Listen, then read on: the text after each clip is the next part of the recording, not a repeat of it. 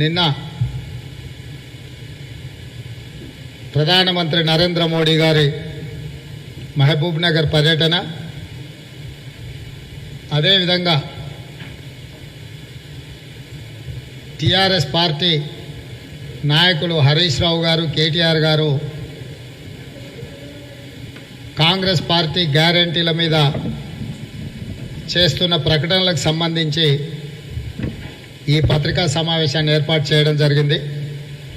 ఇందులో campaign committee chairman మాజీ parliament సభ్యులు మధుయాస్కి గారు, మాజీ పార్లమెంట్ సభ్యులు కార్యనిర్వాహక అధ్యక్షులు అంజన్ కుమార్ యాదవ్ గారు, పెద్దలు మాజీ మంత్రివర్యులు డాక్టర్ జిల్లెల చిన్నారెడ్డి గారు, మాజీ మంత్రివర్యులు పుష్పలీల గారు, ఖైరతాబాద్ జిల్లా పార్టీ అధ్యక్షుడు రోహిన్ రెడ్డి గారు, కైలాష్ గారు ఈ పత్రికా సమావేశాన్ని ఏర్పాటు చేయడం జరిగింది. మిత్రులారా, నిన్నటి నరేంద్ర మోడీ గారి మహబూబ్ నగర్ పర్యటన ప్రధానమంత్రిగా ఎన్నికల సమయంలో తెలంగాణ రాష్ట్రానికి వస్తున్నాడు. అది ముఖ్యంగా దేశంలోనే అత్యంత వెనుకబడిన మహబూబ్ నగర్ జిల్లాకు వస్తున్నాడు అని అంటే డెఫినెట్గా కేంద్ర ప్రభుత్వం, ఈ దేశ ప్రధానమంత్రి మహబూబ్ నగర్ జిల్లాలో ప్రమోద్ మహాజన్ పుట్టిన జన్మస్థలం భారతీయ జనతా పార్టీ ఈరోజు ఈ స్థాయిలో ఉండడానికి కారణం ప్రమోద్ మహాజన్ గారు. దురదృష్టవశాత్తు వారు మరణించిన వారి జన్మస్థలానికి వచ్చి నరేంద్ర మోడీ గారు కనీసం వారి పేరునైనా ప్రస్తావిస్తాడు, వారు పుట్టిన జిల్లాకు ఏమైనా న్యాయం చేస్తాడని చెప్పి మేము ఆశించినాం. ఎందుకు అనంటే నరేంద్ర మోడీ గారు ఈరోజు దేశ ప్రధాని అయిండు అంటే ఆనాడు ఎల్కే అద్వానీ, ప్రమోద్ మహాజన్ గారి యొక్క కృషి ఎంతో ఉంది. వారు పుట్టిన జిల్లాకు వరాలు ఇస్తాడు. పాలమూరు రంగారెడ్డి ఎత్తిపోతల పథకాన్ని జాతీయ ప్రాజెక్టుగా ప్రకటిస్తాడేమో అని మేము ఆశించినాం. లేదా ఏదైనా ఒక మంచి ఇండస్ట్రియల్ పార్కును ప్రకటించి వేలాది కోట్ల రూపాయల పెట్టుబడులు గుజరాత్కు తీసుకెళ్లినట్టుగా మహబూబ్ నగర్ జిల్లాకు తీసుకొచ్చి తెలంగాణ రాష్ట్రాన్ని పట్టి పీడిస్తున్న నిరుద్యోగ సమస్య పరిష్కారానికి వారు ఎన్నికల మేనిఫెస్టోలో ప్రతి సంవత్సరం 2 కోట్ల ఉద్యోగాలు ఇస్తానని చెప్పి ఈ 10 సంవత్సరాలలో 20 కోట్ల ఉద్యోగాలలో కనీసం 20 లక్షల ఉద్యోగాలైనా తెలంగాణ రాష్ట్రంలో కల్పించడానికి వారు ప్రయత్నం చేస్తారని మేము ఆశించినాం. ఇవే కాకుండా యూపీఏ ప్రభుత్వంలో కాంగ్రెస్ పార్టీ మంజూరు చేసిన రాష్ట్ర పునర్విభజన చట్టంలో చట్టబద్ధత కల్పించి పొందుపరిచిన అంశాలనైనా ఈ దేశ ప్రధానమంత్రి చట్టాన్ని గౌరవించి అమలు చేస్తాడేమో అని మేము ఆశించినాం. ఆనాడు కాంగ్రెస్ పార్టీ ఇచ్చిన ఐటీఐఆర్ కారిడార్ 50,000 కోట్లతో దాదాపుగా లక్షలాది నిరుద్యోగులకు, ఐటీ నిపుణులకు ఉద్యోగ అవకాశాలు కల్పించే ప్రాజెక్టును బీజేపీ రద్దు చేసింది. రద్దు చేసిన ఐటీఐఆర్ కారిడార్ను పునరుద్ధరిస్తారు అని మేము ఆశించినాం. పునర్విభజన చట్టంలో పొందుపరిచిన బయ్యారం ఉక్కు కర్మాగారం, కాజీపేట రైల్వే కోచ్ ఫ్యాక్టరీ, అదేవిధంగా ఎన్టీపీసీ నుంచి 4,000 మెగావాట్ల విద్యుత్తు ఉత్పత్తి సామర్థ్యం, ఐటీఐఆర్ ప్రాజెక్టు, ట్రిపుల్ లేకపోతే గిరిజన యూనివర్సిటీలు ఆనాడు మేము మంజూరు చేసిన వాటిని వేగవంతం చేసి అవన్నీ అమలు చేస్తాడేమో అని చెప్పి మేము ఆశించినాం. పార్లమెంటు సాక్షిగా చట్టబద్ధత కల్పించిన బయ్యారం ఉక్కు కర్మాగారం కానీ, రైల్వే కోచ్ ఫ్యాక్టరీ కానీ, ఎన్టీపీసీ పవర్ ప్రాజెక్ట్స్ కానీ ఏ అంశాలను కూడా ఈ దేశ ప్రధానమంత్రి ప్రస్తావించలేదు. తెలంగాణ ప్రజలకు భరోసా ఇవ్వలేదు. గిరిజన యూనివర్సిటీ కొత్తగా ఇస్తున్నట్టుగా ఏదో చెప్పే ప్రయత్నం చేశారు. పసుపు బోర్డు 5 రోజుల్లోనే బాండ్ పేపర్ రాసిచ్చిన పసుపు బోర్డును ఎప్పుడో ఇస్తామని చెప్పి ఈరోజు ఏదో కొత్తగా హామీ ఇస్తున్నట్టుగా వారు ప్రకటించారు.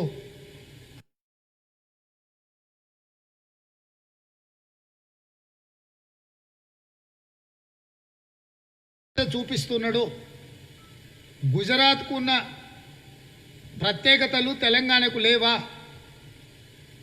నరేంద్ర మోడీ గారు గుజరాత్కే ప్రధానమంత్రి, తెలంగాణకు కూడా ప్రధానమంత్రి అని చెప్పి కాంగ్రెస్ పార్టీ అడుగుతుంది. రాజకీయంగా సిద్ధాంతపరంగా కాంగ్రెస్ పార్టీని విభేదించవచ్చు నరేంద్ర మోడీ గారు. కాంగ్రెస్ పార్టీని ఎన్నికలలో ఎట్లయినా ఓడించాలన్న కోరిక మీకు ఉండొచ్చు. కానీ కాంగ్రెస్ పార్టీ అధికారంలో ఉన్నప్పుడు యూపీఏ ప్రభుత్వం తీసుకున్న నిర్ణయాలను కూడా మీరు వ్యతిరేకించడం ద్వారా, వాటిని అమలు చేయకపోవడం ద్వారా తెలంగాణ ప్రజలకు తీరని అన్యాయం జరిగింది. దీనికి తక్షణమే భారతీయ జనతా పార్టీ అధ్యక్షుడు కేంద్ర మంత్రి కిషన్ రెడ్డి గారు తెలంగాణ ప్రజలకు క్షమాపణ చెప్పాలి. ఆ జిల్లా నాయకులు జితేందర్ రెడ్డి నుంచి మొదలు పెడితే ఆ సమావేశాన్ని ఏర్పాటు చేసిన వాళ్ళు పాలమూరు ప్రజలకు, పాలమూరు సాక్షిగా అంబేద్కర్ విగ్రహం ముందు ప్రజల క్షమాపణ చెప్పాలి. ప్రధానమంత్రి గారు జిల్లా పర్యటనకు వచ్చిండ్రు అని అంటే జిల్లాకి ఏదైనా న్యాయం జరగడానికి, జిల్లా అభివృద్ధి కోసం కేంద్ర ప్రభుత్వం ఏదైనా ప్రాజెక్టులు మంజూరు చేయించి ఉంటే మీ గౌరవం పెరిగి ఉండేది. కానీ ఏమీ చేయకుండా మీ భజన మీరు చేసుకోవడానికి, మిమ్మల్ని మీరు పొగుడుకోవడానికి రేపటి ఎన్నికల్లో మళ్ళీ ఓట్లు దండుకోవాలన్న యావ తప్ప అక్కడ ఏమీ కనిపించలేదు. తెలంగాణ రాష్ట్ర ఏర్పాటు ప్రక్రియని అపహాస్యం చేసి కాంగ్రెస్ పార్టీ పార్లమెంటు తలుపులు మూసి ఇచ్చిన తెలంగాణను తల్లిని చంపి బిడ్డను బతికించిండ్రు. పార్లమెంటు ప్రక్రియను మొత్తం కాంగ్రెస్ పార్టీ ఉల్లంఘించిందని అవమానించే విధంగా మాట్లాడిన నరేంద్ర మోడీని మహబూబ్ నగర్ జిల్లాకు తీసుకొచ్చి సభ పెట్టడం అనేది ఇది అనైతికము, నీతి బాహ్యమైన చర్య. దానికోసం డీకే అరుణ గారు, జితేందర్ రెడ్డి గారు ఈ తెలంగాణ ప్రజలకు క్షమాపణ చెప్పాలి. ఈ పర్యటనలో వివేక్ వెంకటస్వామి గారు కావచ్చు, లేకపోతే విజయశాంతి గారు కావచ్చు, విశ్వేశ్వరరెడ్డి గారు కావచ్చు, చాలామంది గైరాజరైందని పత్రికలలో వచ్చింది. ఇంకా ముఖ్యమైన నాయకులు రాజగోపాల్ రెడ్డి గారు లాంటి వాళ్ళు. నరేంద్ర మోడీ గారు తెలంగాణ రాష్ట్ర ఏర్పాటునే వ్యతిరేకించింది కాబట్టి వాళ్ళు ఈ పర్యటనలో పాల్గొనలేదేమో అని తెలంగాణ సమాజం భావిస్తుంది. కనీసం వాళ్ళకున్న విజ్ఞత జితేందర్ రెడ్డి గారికి, ఇతర నాయకులకు లేకపోవడం అనేది శోచనీయము. మీరు తెలంగాణ పౌరులు కాదా అని చెప్పి నేను వాళ్ళని అడుగుతున్నాను.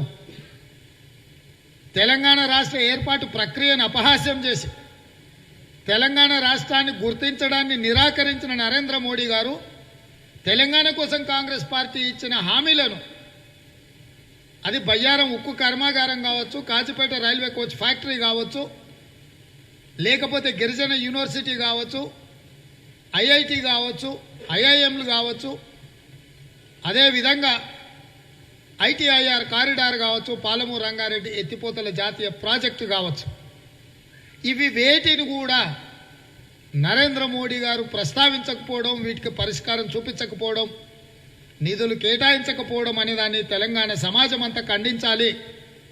అలాంటి నరేంద్ర మోడీ గారికి ఇలాంటి సభను ఏర్పాటు చేసిన భారతీయ జనతా పార్టీ నాయకులు తెలంగాణ ప్రజలకు క్షమాపణ చెప్పాలి అని చెప్పి కాంగ్రెస్ పార్టీ డిమాండ్ చేస్తుంది. నరేంద్ర మోడీ గారి పర్యటన ప్రభుత్వానికి ఖర్చే తప్ప, ప్రజాధనం దుర్వినియోగం తప్ప, ఆయన పర్యటనకు పెట్టిన ఖర్చంతనైనా పాలమూరు జిల్లాకు నిధులు ఇవ్వలేదు. ఆయన హంగు ఆర్భాటాలకు ఆ పార్టీ పెట్టిన ఖర్చు, ప్రభుత్వం పెట్టిన ఖర్చు, ఆయన పర్యటనకు ఉపయోగించిన ప్రత్యేక విమానాల ఖర్చు అంతా కూడా పాలమూరు జిల్లాకు నిధులు కేటాయించకపోవడం అనేది ఇది అనైతికము. ఇలాంటి అనైతిక చర్యలకు పాల్పడుతున్న కేంద్ర ప్రభుత్వాన్ని ఖండించాల్సిన అవసరం ఉంది.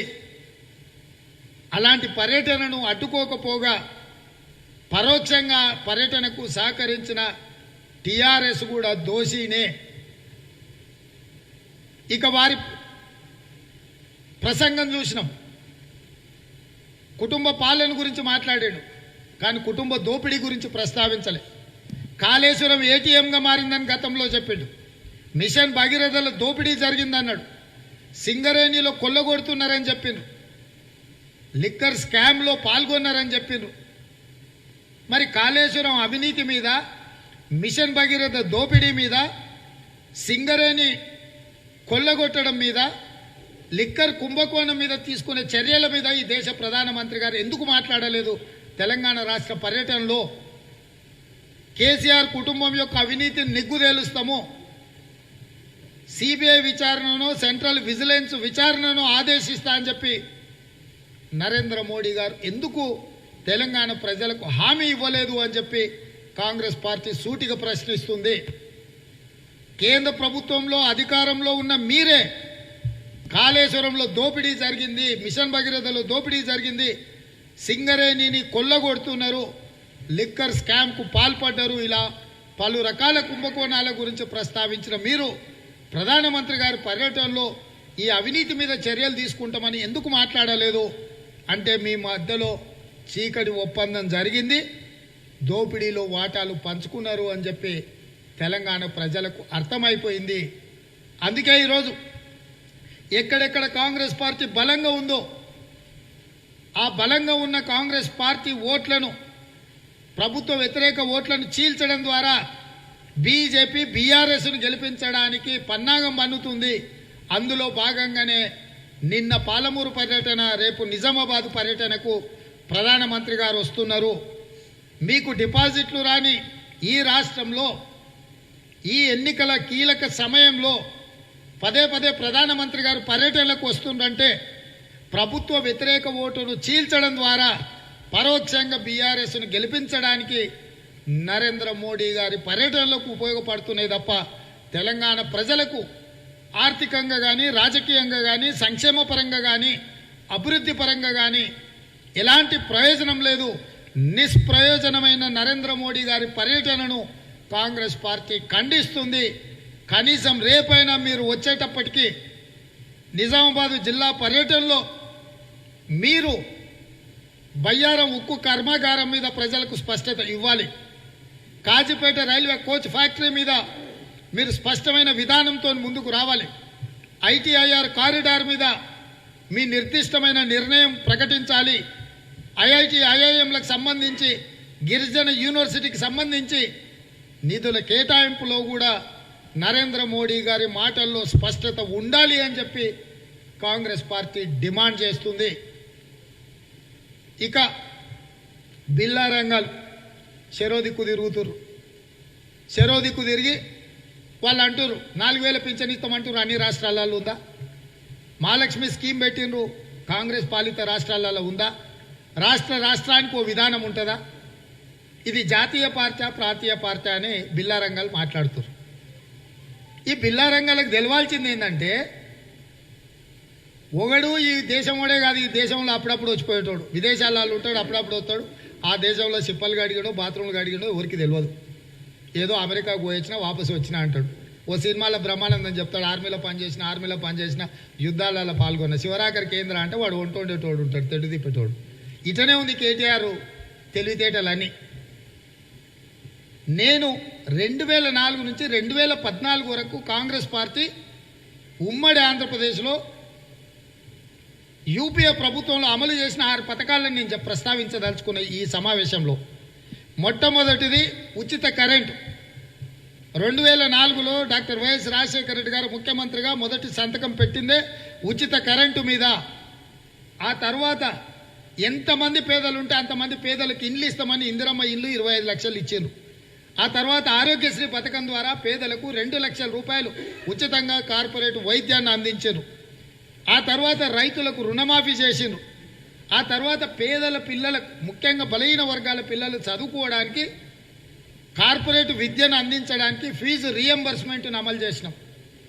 అత్యంత వెనుకబడిన మైనారిటీలు దళితులతో సమానంగా వెనుకబడి ఉన్నారు కాబట్టి వాళ్ళకి మైనారిటీ రిజర్వేషన్ 4% అమలు చేసినాం.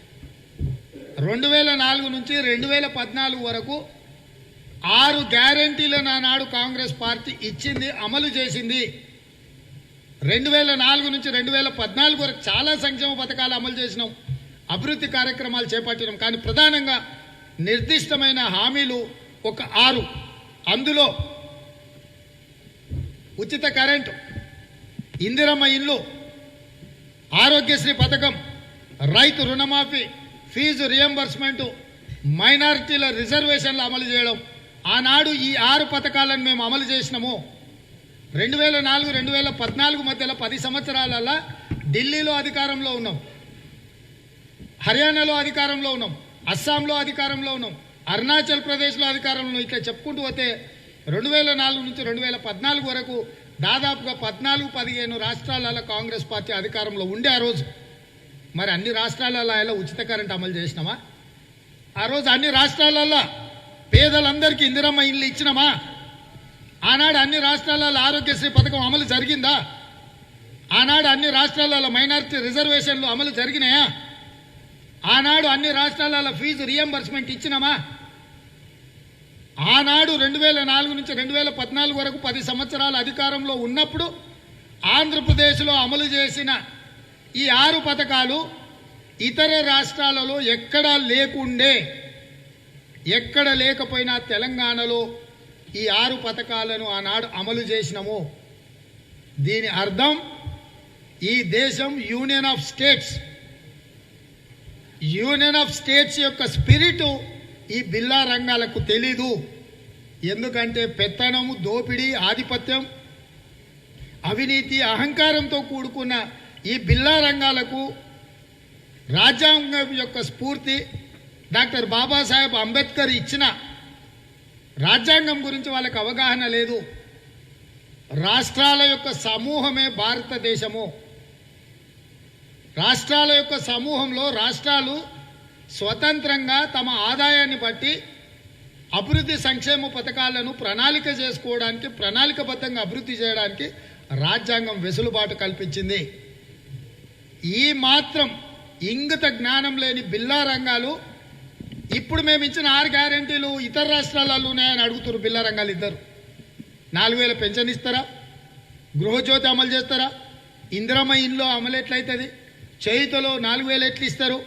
లేకపోతే రైతు రుణమాఫీ ఎట్లా జరుగుతుంది? యువ వికాసం ఎట్లా? మహాలక్ష్మి పథకం ఎట్లా? మహిళలకు 2500 ఇస్తామంటారు, 500 రూపాయలకు సిలిండర్ ఇస్తామంటారు. ఇవన్నీ ఎట్లా సాధ్యమని బిల్లా రంగాలు పెడబొబ్బలు పెడుతురు. నేను బిల్లా రంగాలను ఒకటే అడగదలుచుకున్నా. నేను సూటిగా సవాల్ విసురుతున్న బిల్లా రంగాకు. 2004 నుంచి 2014 వరకు 10 సంవత్సరాలు కాంగ్రెస్ పార్టీ అధికారంలో ఉన్నప్పుడు యూపీఏ ప్రభుత్వంలో అమలు చేసిన పథకాలను, మేము ఇచ్చిన గ్యారెంటీలను, మేము అమలు చేసిన విధానం మీద నిర్దిష్టమైన ఆధారాలు తీసుకొని వస్తాం. మీ ప్రభుత్వం ఉంది, మీ దగ్గర మొత్తం నివేదికలు ఉన్నాయి, మీరు తీసుకోండి. 2014 నుంచి 2024 వరకు ఈ 10 సంవత్సరాల కేసీఆర్ ఇచ్చిన హామీలు ఏవైతే ఉన్నాయో, డబుల్ బెడ్రూమ్ ఇల్లు కావచ్చు, దళితుల 3 ఎకరాల భూమి కావచ్చు, లేకపోతే మీరు ఫీజు రియంబర్స్మెంట్ అమలు చేయకపోవడం కావచ్చు, మైనారిటీల 12% రిజర్వేషన్ కావచ్చు, ఇట్లా కేసీఆర్ ఉచిత ఎరువులు కావచ్చు రైతులకు ఇస్తానయి, ఇట్లా మీరు ఇచ్చిన హామీలు ప్రతి నియోజకవర్గానికి 1,00,000 ఎకరాల నీళ్లు కావచ్చు, ప్రతి నియోజకవర్గానికి 100 పడకల ఆసుపత్రి కావచ్చు, ఇట్లా మీరు ఇచ్చిన హామీలు ఏవైతున్నాయో మీ ఎన్నికల మేనిఫెస్టో నేను తీసుకొని వస్తా. 2014 2018 ఎన్నికల మేనిఫెస్టో నేను తీసుకొని వస్తా. మీ మేనిఫెస్టోను మీరు అమలు చేసిండ్రా? 2004 నుంచి 2014 వరకు కాంగ్రెస్ పార్టీ ఇచ్చిన గ్యారెంటీలను మేము అమలు చేసిన అన్ని వివరాలు మేము తీసుకొని వస్తాం. 2014 నుంచి 2024 వరకు మీ ఎన్నికల మేనిఫెస్టోలో పొందుపరిచిన అంశాల మీద మీరు చర్చించడానికి సిద్ధంగా ఉండరా? మన ఇద్దరం బ్యాలెన్స్ షీట్లు తీసుకొని మాట్లాడదాం. మేము 10 ఏళ్లలో మా రాష్ట్రానికి వచ్చిన ఆదాయం ఎంత, మేము ప్రజలకు చేసిన అభివృద్ధి సంక్షేమం ఎంత మేము చెప్తాం. 2014 నుంచి 2024 వరకు ఈ రాష్ట్రానికి వచ్చిన ఆదాయం ఎంత, మీరు చేసిన అప్పెంత? దాదాపుగా 17,75,000 కోట్ల రూపాయల బడ్జెటు, ఒక 5.5 లక్షల కోట్ల రూపాయల అప్పు, 22-23 లక్షల కోట్ల రూపాయలు మీ చేతిలోకి వచ్చినాయి ఈ 10 ఏళ్లలో. మేము ఆ 10 ఏళ్లలో వచ్చిన ఆదాయం ఎంతనో నీ దగ్గర ఉంది. మొత్తం రాష్ట్ర బడ్జెట్ కూడా అంత లేదు ఉమ్మడి రాష్ట్రంలో. అందులో 42% తెలంగాణకు. అంటే తెలంగాణకు వచ్చిన బడ్జెట్ ఆ 10 ఏళ్లలో మొత్తం కలిపితే 6-7 లక్షల కోట్లు మించి లేదు.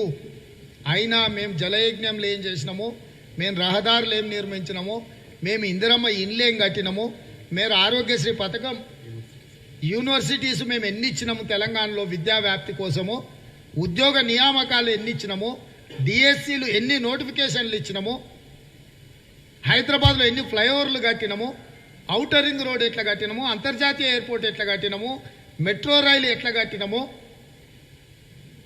రైతులకు ఉచితంగా కరెంట్ ఎట్లా అమలు చేసినాము, వీటన్నిటి మీద చర్చ చేద్దాము. కాబట్టి ప్రజల్ని మభ్యపెట్టడానికి ఇతర రాష్ట్రాలలో ఉన్నాయని సన్నాసి లాజికులు, సన్నాయి నొక్కులు మానుండ్రి. చెట్టులాక తాటి చెట్టులాక వెరుగుతే లాభం లేదు. బిల్లా మెదడు మోకాళ్ళలో ఉందా ఏంది నీకు? ఎందుకు అని అంటే రంగకైతే మాకు తెలిసి అమెరికాలో బాత్రూమ్లు గడిగి వచ్చాడు కాబట్టి ఆయన గురించి మాకేం పెద్దగా ఇది లేదు. కనీసం బిల్లా ఇక్కడికనే తిరిగిండు కదా. తాటి చెట్టులాక వెరిగి మెదడు మోకాళ్ళలో ఉంటే ఇట్లాంటి సన్నాసి లాజిక్లు మాట్లాడడం మానేయండి. ఈ దేశమే యూనియన్ ఆఫ్ స్టేట్స్. ఏ స్టేట్కి ఆ స్టేటు ప్రత్యేకమైన ప్రణాళిక, ప్రత్యేకమైన బడ్జెటు, ప్రత్యేకమైన అభివృద్ధి సంక్షేమ పథకాలు అమలు చేస్తారు. మీరు ఊరూరు తిరిగి పెడబొబ్బలు పెట్టినా, పొర్లుడు దండాలు పెట్టినా, మోకాళ్ళ యాత్రలు చేసినా, కనిపించిన ప్రతివాడి బూట్లు నాలుకతో నాకినా మిమ్మల్ని ప్రజలు నమ్మరు, విశ్వసించరు. మిమ్మల్ని మీ పార్టీని బొందబెడతారు. చెరోదిక్కు సంచార యాత్రలకు బయలుదేరారు. దేశ దిమ్మరులాగా దోపిడీకి పాల్పడి విదేశాలలో దాచుకొని ఇప్పుడు వచ్చి పేదార్పులాడుస్తారు. కాంగ్రెస్ పార్టీలో ముఖ్యమంత్రులు ఎక్కువ ఉంటారని. మంచిదే కదా, బహునాయకత్వంలో తప్పేముంది? వివిధ సామాజిక వర్గాలకు న్యాయం జరిగింది అనుకో, ఒకవేళ తప్పేముంది?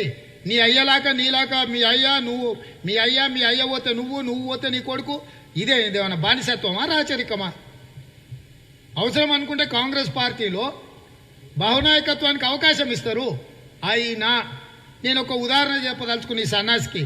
రాజస్థాన్లో ఒకటే ముఖ్యమంత్రి ఉండు కదా, 5 ఏళ్లలో మారిండా? ఛత్తీస్గఢ్లో ఒకే ముఖ్యమంత్రి ఉన్నాడు కదా, 5 ఏళ్లలో మారిండా? కర్ణాటకలో అంతకుముందు సిద్ధరామయ్య ఉన్నాడు కదా ముఖ్యమంత్రిగా, 5 ఏళ్ళు ఆయనే ఉన్నాడు కదా, ఎప్పుడైనా మారిండా? మారిన కాంగ్రెస్ గురించి ఈ సన్నాసులకు తెలవదు. 4 ముఖ్యమంత్రులు ఉంటే 3 ఓబీసీలను చేసింది కాంగ్రెస్ పార్టీ. ఈరోజు హిమాచల్ ప్రదేశ్లో, రాజస్థాన్లో, ఛత్తీస్గఢ్లో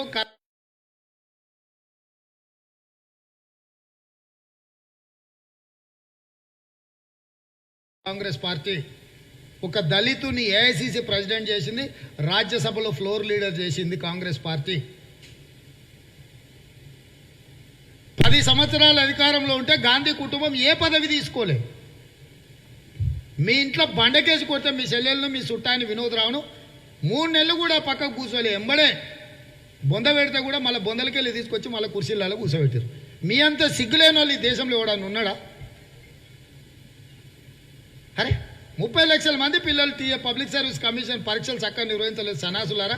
కోర్టు పల్ల చెంపలు వాయించింది. సింగిల్ బెంచ్లో 1 చెంప వాయిస్తే డబుల్ బెంచ్ కోయరు, 2 చెంపలు వాయించింది. ఇక సిగ్గు కాకుంటే సుప్రీంకోర్టు పోతాం అంటారు తన్నించుకోవడానికి నడి మీద.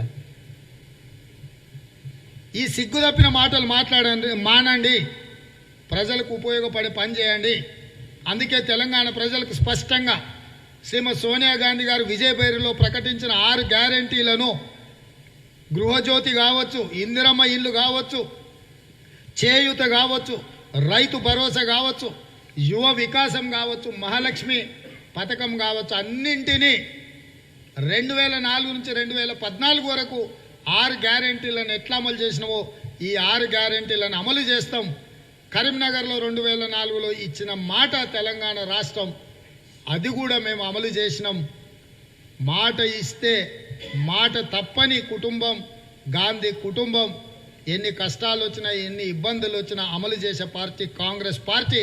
అందుకే శ్రీమతి సోనియా గాంధీ గారు, తెలంగాణ రాష్ట్రం ఇచ్చిన సోనియా గాంధీ గారు విజయభేరి సభలో కాంగ్రెస్ పార్టీ అభయహస్తం 6 గ్యారంటీలను ప్రకటించింది.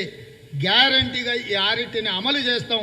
ఇక దీన్ని ఎదుర్కొట్టడానికి రేషన్ షాపులలో సన్నబియ్యం ఇస్తాడంట సన్నాసి, సిలిండర్లు ఉచితంగా ఇస్తాడంట, రైతులకు ఆయన ఏందో పింఛన్ ఇస్తాడట సన్నాసి. రైతు కూలీలకు కూడా 12,000 ఇస్తామన్నాం మేము సంవత్సరానికి. అంటే నెలకు 1,000 రూపాయలు పింఛన్ ఇచ్చినట్టే కదా కూలీలకు కూడా. ఉన్న బియ్యం అమ్ముకుంది మిక్కుతున్నావు, తౌడు పొట్టు కూడా వదులుతలేవు, సన్న బియ్యం ఇస్తాడంట సన్నాసి. మేము 500కి సిలిండర్ అంటే ఉచితం అంటాడంట. 10 ఏళ్ళు ఘాటు పనులు తోయినావు, ఈ 10 ఏళ్ళు ఎందుకు ఇవ్వలే? సావు ముందల దింపుడు గల మాస అని 1 నెల ఉంది, ఇంకా 15 రోజులు అయితే ప్రభుత్వం పోతుంది, 10 రోజులు అయితే నోటిఫికేషన్ వస్తుంది, అక్టోబర్ 10కో 12కో. ఇప్పుడు ఆయన లేచి వస్తాడంట. కేసీఆర్ చెప్పాడు ఒకసారి, తంతెలేవు నోడు గోక్తెలేస్తాడా అని. తంతెనే నువ్వు చేసిన పథకాలు అమలు చేస్తలేవు. ఊర్లలో తంతు రేడు దొరుకుతాడా మిమ్మల్ని? తంతెనే అమలు చేయలేదు. ఇప్పుడు అంటే ఆ గోకుడు మీద వచ్చి మళ్ళీ కొత్త స్కీములు అమలు చేస్తాడంట.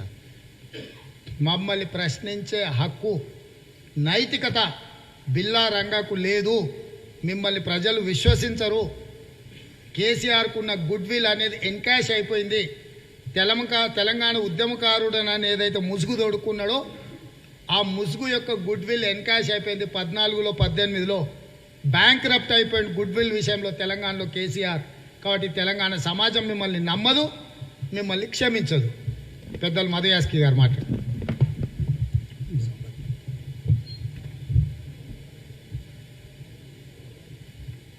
మిత్రులు పిసిసి అధ్యక్షులు రేవంత్ రెడ్డి గారు చెప్పినాక 2-3 విషయాలు ఇక్కడ.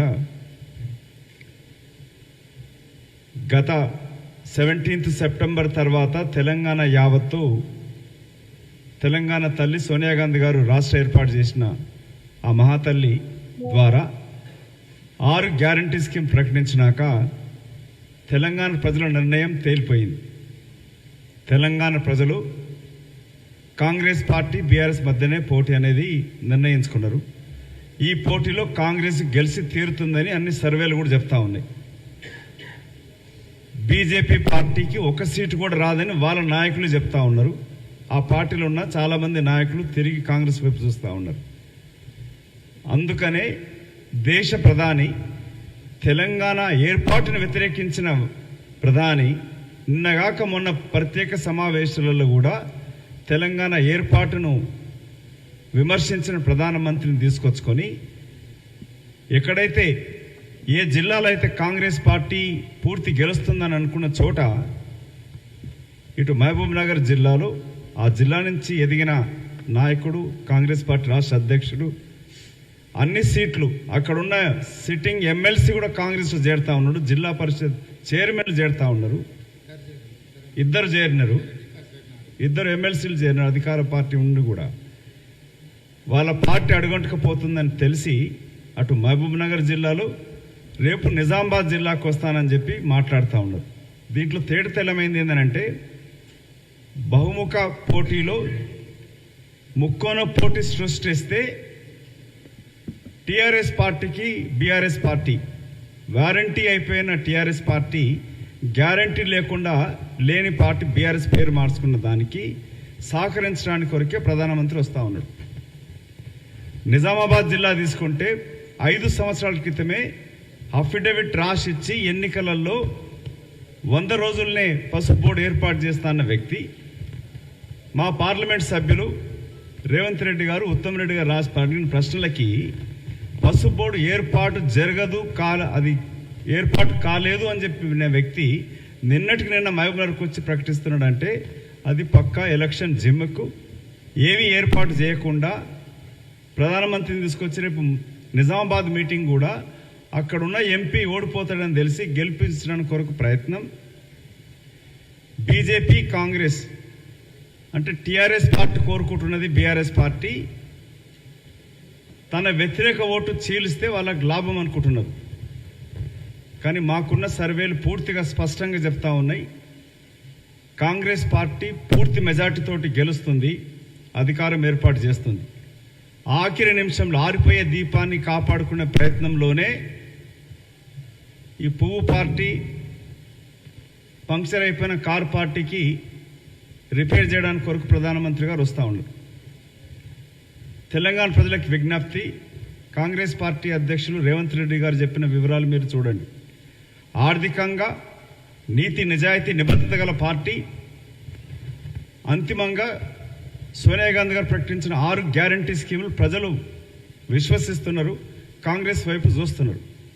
దానికి వణుకుడు పుట్టే ఆఖరి నిమిష ప్రయత్నంగా బీఆర్ఎస్ పార్టీ బీజేపీ కలిసి చేస్తున్న నాటకం. పత్రికా ముఖంగా డిమాండ్ చేసేది అవినీతి అని మాట్లాడుతున్న ప్రధానమంత్రి గారు ఇప్పటిదాకా ఎందుకు చర్య తీసుకోలే, కవితను ఎందుకు అరెస్ట్ చేయలే, పక్క రాష్ట్రంలో తెలుగు రాష్ట్రంలో మాజీ ముఖ్యమంత్రి పైన అతని నిర్ణయాలపైన అరెస్ట్ అంటూ అరెస్ట్ చేయించిన బీజేపీ పార్టీ టీఆర్ఎస్ కలిసి మన తెలంగాణ రాష్ట్రంలో ముఖ్యమంత్రి కూతురు పీకల దాకా తండ్రి దాగుతూ ఉంటే కూతురు సారా కుంభకం ఇరుక్కున్నప్పుడు ఎందుకు ఇప్పటిదాకా అరెస్ట్ చేయాలని చెప్పి ప్రశ్నిస్తూ ఉన్నాం. బీజేపీ నాటి నాయకులు అడుగుతూ ఉన్నారు. సో ఆఖరిగా మీతో కోరుకునేది ఏంటంటే, తల్లి సోనియా ఇచ్చిన గ్యారంటీ స్కీములు గతంలో సమైక్య రాష్ట్రంలో ఉన్నప్పుడు తెలంగాణ అమలు చేసి తెలంగాణ రాష్ట్ర ఏర్పాటు చేసిన పార్టీ రాజకీయ లబ్ధి కొరకు కాకుండా రాష్ట్ర ప్రజల ఆకాంక్ష మేర కొరకు రాష్ట్రాన్ని ఏర్పాటు చేసింది. ప్రజలు విశ్వసిస్తున్నారు, ప్రజలు మార్పు కోరుకుంటున్నారు. ఆ మార్పు కాంగ్రెస్తో కోరుకుంటున్నారు. కల్వకుంట్ల కుటుంబం యొక్క ఆస్తులు మీరు చూస్తూ ఉన్నారు. వాళ్ళ అఫిడవిట్లు ఎంత ఉండే, ఎందుకు ప్రధానమంత్రి గారు చర్య తీసుకోవట్లేదు? ఆఖరిగా ఈ ట్విట్టర్ తమ్ముడు తారక రామారావు మాట్లాడుతూ ఉన్నాడు. ప్రధానమంత్రిని వాడిన భాష చూసే తీరు చూస్తే ఏంటంటే, మరొక్కసారి తెర ముందు వీళ్ళిద్దరూ పోట్లాడుకునే నటన చేస్తూ ఉన్నారు. డబ్ల్యూడబ్ల్యూఎఫ్ లాగా గుద్దుతే వాడు పడ్డట్టు చేస్తాడు, లేచినట్టు చేస్తూ ఉంటారు. కాబట్టి ప్రజలు ఇంకా మోసపోదలుచుకోలే. కాంగ్రెస్ వైపు చూస్తున్నారు. మీ నాటకాలు ఇక సాగవు. బీజేపీ బీఆర్ఎస్ పార్టీ ఒక ఎంఐఎం పార్టీ చేరినా కూడా తెలంగాణ ప్రజలు విశ్వసించే స్థితిలో లేరు. మీ ద్వారా మరొక్కసారి విజ్ఞప్తి తెలంగాణ ప్రజలకి, యువతకి,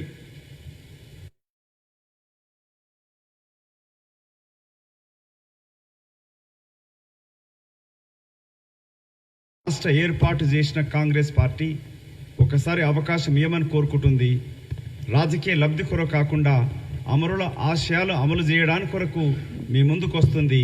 తల్లి సోనియా ఇచ్చిన గ్యారంటీ స్కీములు పెద్దలు మిత్రులు రేవంత్ రెడ్డి గారు చెప్పినట్టుగా కాంగ్రెస్ పార్టీ ప్రభుత్వం తూచా తప్పకుండా అమలు చేసి తీరుతుందని మీ అందరికీ మా విజ్ఞప్తి.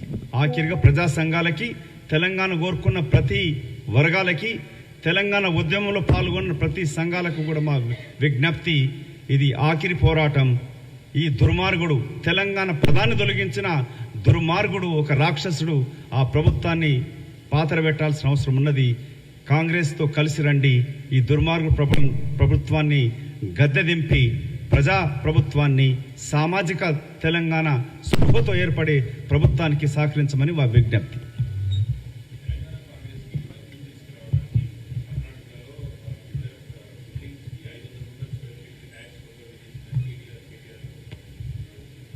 ఇప్పుడు కేటీఆర్కి అది అలవాటు.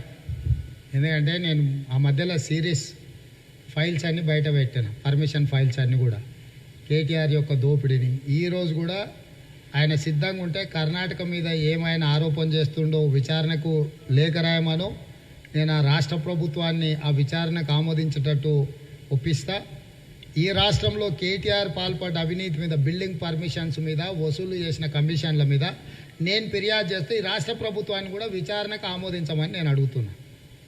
కేటీఆర్ గారు ఏదైతే ఆరోపణ చేస్తుండో, కర్ణాటక రాష్ట్రంలో వసూలు చేస్తున్నారని ఏదైతే చెప్పిండో, ఈ వసూళ్ళ మీద ఏం విచారణ ఆయన కోరుకుంటుండో ఆయన లేఖ రాయమనుంది. ఆయన వసూళ్ళ మీద నేను ఆధారాలతో కూడుకున్న లేఖ రాస్తే ఆ విచారణకు ముందుకు రమ్మని నేను అడుగుతున్నా.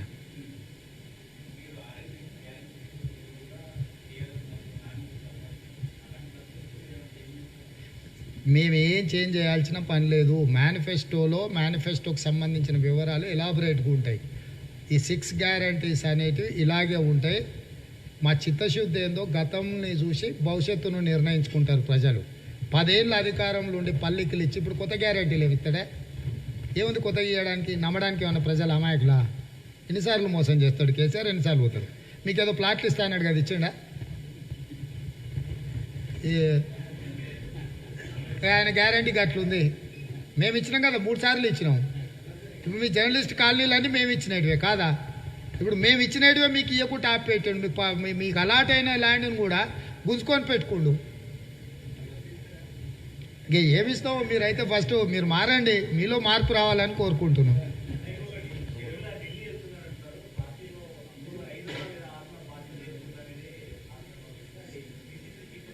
ఏమో నాకైతే ఏ సమాచారం లేదు. ఇప్పటికీ ఏ ప్రెస్ పెట్టినా నువ్వు ఇదే ప్రశ్న అడుగుతున్నావు.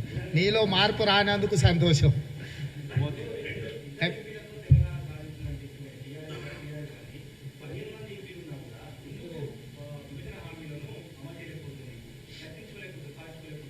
పదిహేను కాదు, నీ లెక్కనే తప్పుంది. 303 + 15 318 ఉన్నారు.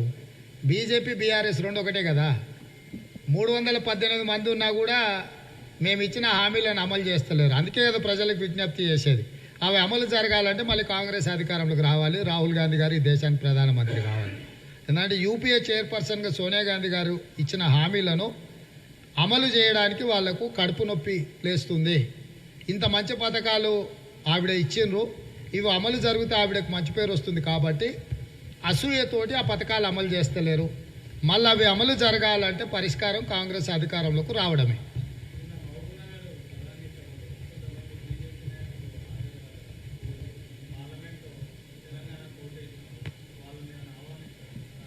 చాలాసార్లు ఆహ్వానించిన మిత్రమా, మీకు తెలుసు కదా. ఇంక మళ్ళీ కొత్తగా ఉంది, ఆ ఆహ్వానం ఇంకా లైవ్లో ఉంది.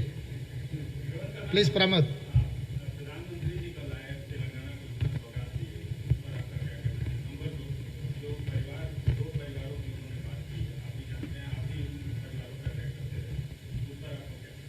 मैं एक ही बात कहना चाहता हूँ, प्रधानमंत्री नरेंद्र मोदी जी अगर महबूब नगर आया था, वो जगह ऐसे जगह है, महत्वपूर्ण जगह है.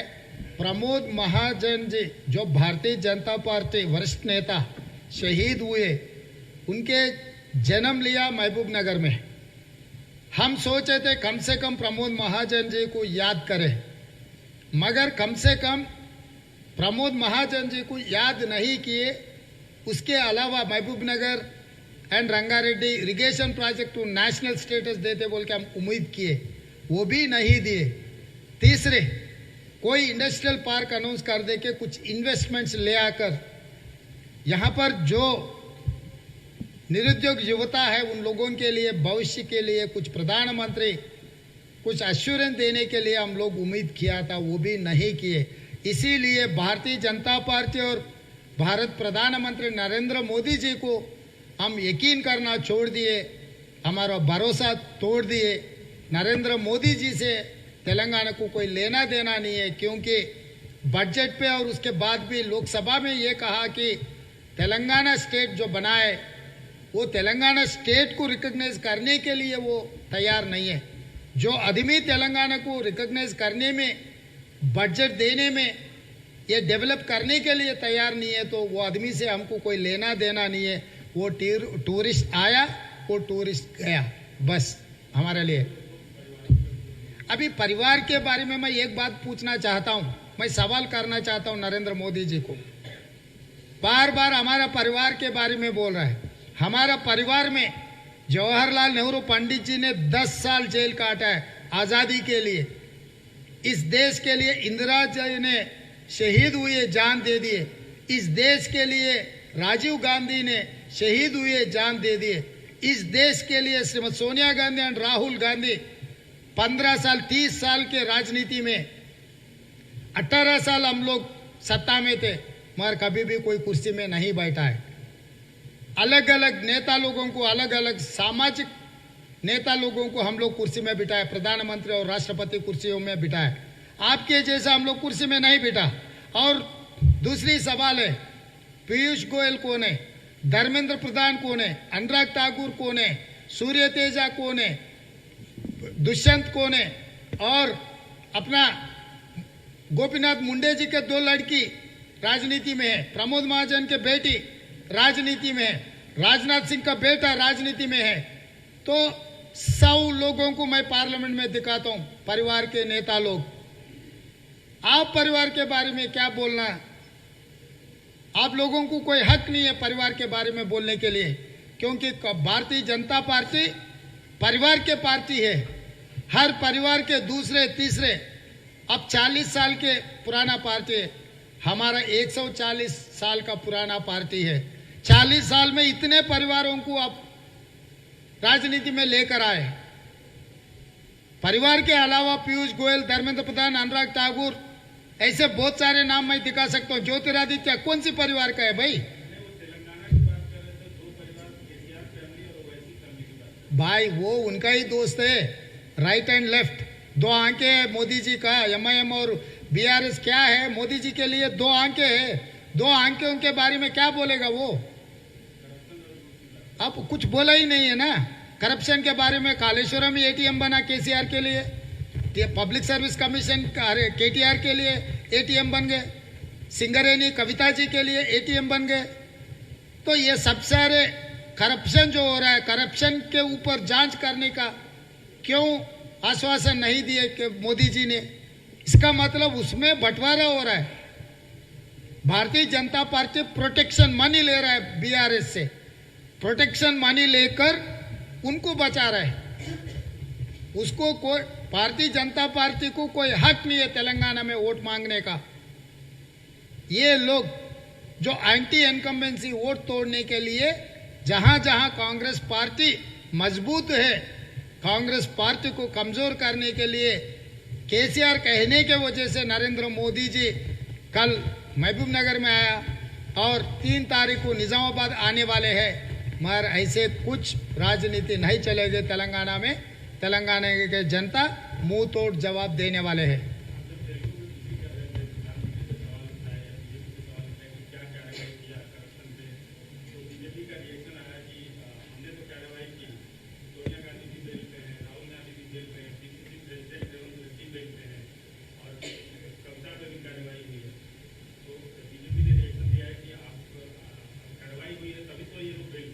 भाई कार्रवाई करना उनके जिम्मेदारी है, कोर्ट को जाना हमारा हक है, कोर्ट बेल देना भी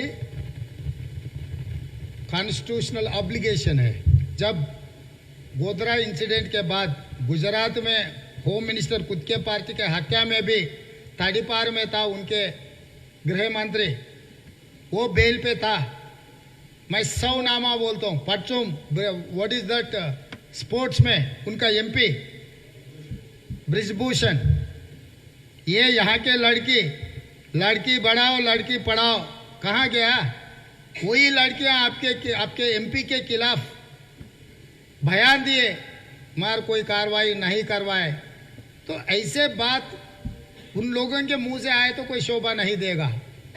तो हमको जो गाली दे रहा है केसीआर को वोट मिलने के लिए, केसीआर को जिताने के लिए मोदी जी कोशिश कर रहे हैं तेलंगाना में, नहीं तो उनका तो कोई है ही नहीं इधर।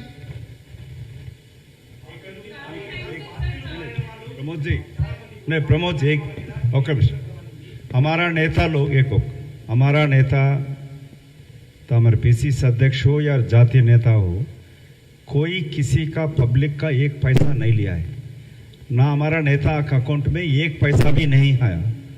जो कविता का हो 100 करोड़ से ज्यादा जो अप्रूवर बनकर इनके अकाउंट में कितने पैसा आया वो देखो। हमारा नेताओं पर जो केस लगाया हम कानून के तौर पे लड़ेंगे। हमारा नेता जो बेल पे है किसी का लूट पे नहीं, ना किसी का 1 पैसा खाया नहीं।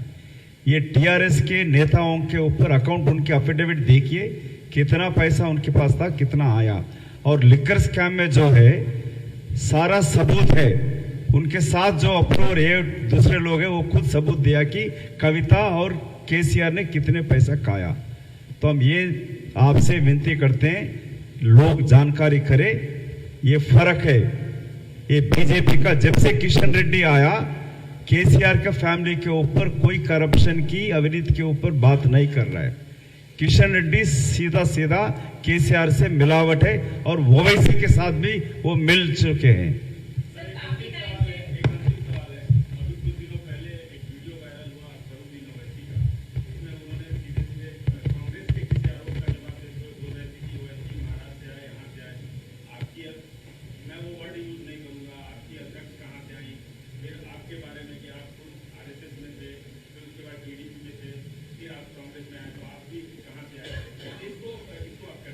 नहीं, वो क्या कहना चाह रहे हैं मुझे तो समझ में नहीं आया।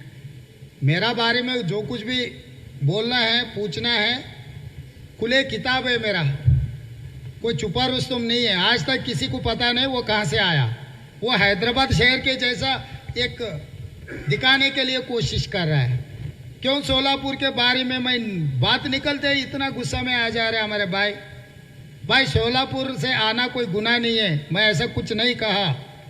अब कासिम रिजवी के वारिस है, मैं कुछ नहीं कहा, फिर भी मैं असद भाई बोल के कहा है। असद जी को असद भाई कहा बोल के अकबरुद्दीन ओवैसी को गुस्सा में आया तो अकबर को भी अकबर भाई कहता हूं क्योंकि वो मेरा दोस्त है। मगर आइडियोलॉजी में कुछ फर्क है। आप चोर के साथ दे रहा है, इसीलिए मैं उन लोगों को गुजारिश किया भाई क्यों चोर के साथ अब ये जा रहा है, चुनाव उनको जिताने के लिए कोशिश करे, वो मोदी का दोस्त है।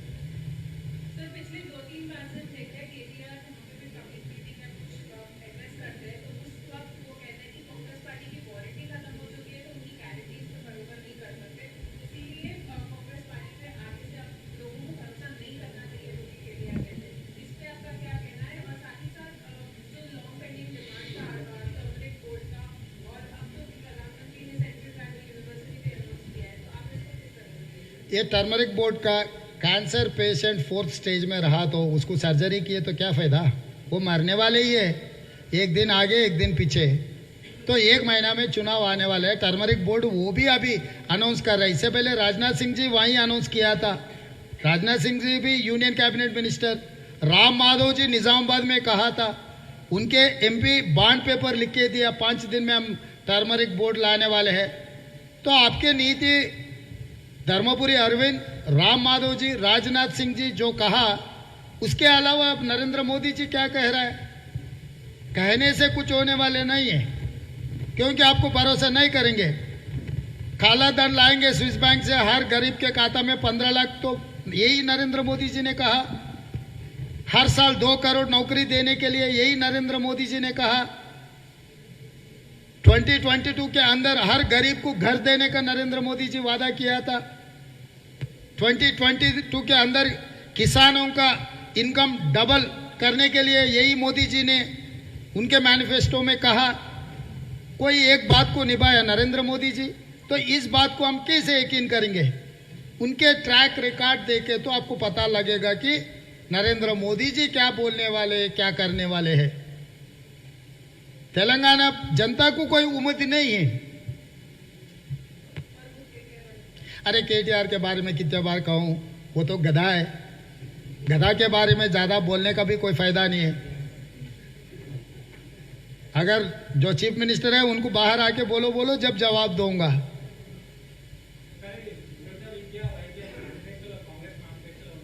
మేనిఫెస్టోలో అన్ని విషయాలు ఉంటాయి మిత్రం. మేనిఫెస్టో చదివిన తర్వాత మాట్లాడుకుందాం. ధన్యవాదాలు.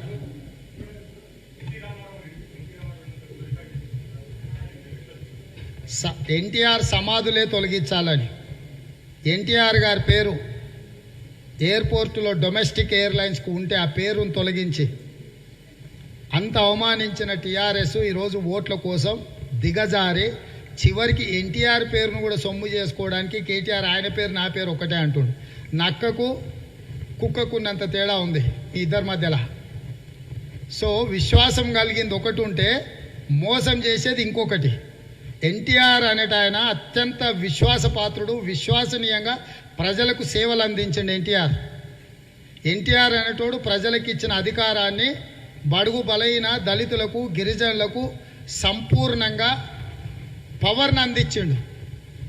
అట్లాంటి పవర్ అందించిన ఎన్టీఆర్కు ఆయన కుటుంబం ఎన్నడూ సచివాలయానికి రాలేదు. ఆయన కొడుకులు కానీ బిడ్డలు కానీ ఏ రోజు కూడా అధికారాన్ని అడ్డం పెట్టుకొని చిన్న మాట కూడా చెప్పలేదు. పైరవేశంగా తెచ్చిపెట్టు. మీరు మొత్తం దోపిడీకే పాల్పడుతున్నారు. మీ దోపిడీకి ముసుగు ఎన్టీఆర్ను దొడుక్కుంటారా? స్వర్గంలో ఉన్న ఎన్టీఆర్ ఆత్మ ఘోషిస్తుంది ఒకవేళ నువ్వు గినట్లా పోల్చుకుంటే. కాబట్టి పులిని చూసి నక్క వాతలు పెట్టుకున్నట్టు ఎన్టీఆర్ పేరు నాకుందని దాన్ని తీసుకొచ్చి తగిలించుకోవాలని, ఎన్టీఆర్ అనే పేరును పోల్చుకోవడానికి ఇప్పుడున్న సమాజంలో టీఆర్ఎస్లో ఎవ్వడికి అర్హత లేదు. ఆ ఎన్టీఆర్ పెట్టిన పార్టీని పూర్తిగా దెబ్బతీసి ఆ పార్టీనే లేకుండా చేయాలని కుట్ర చేసింది కేసీఆర్. అట్లాంటి కేసీఆర్ కొడుకు ఎన్టీఆర్ పేరు తీసుకునే అర్హత లేదు. ఎన్ని వేషాలు వేసినా నిన్ను విశ్వసించరు కేటీఆర్, అది గుర్తుపెట్టుకో. Thank you.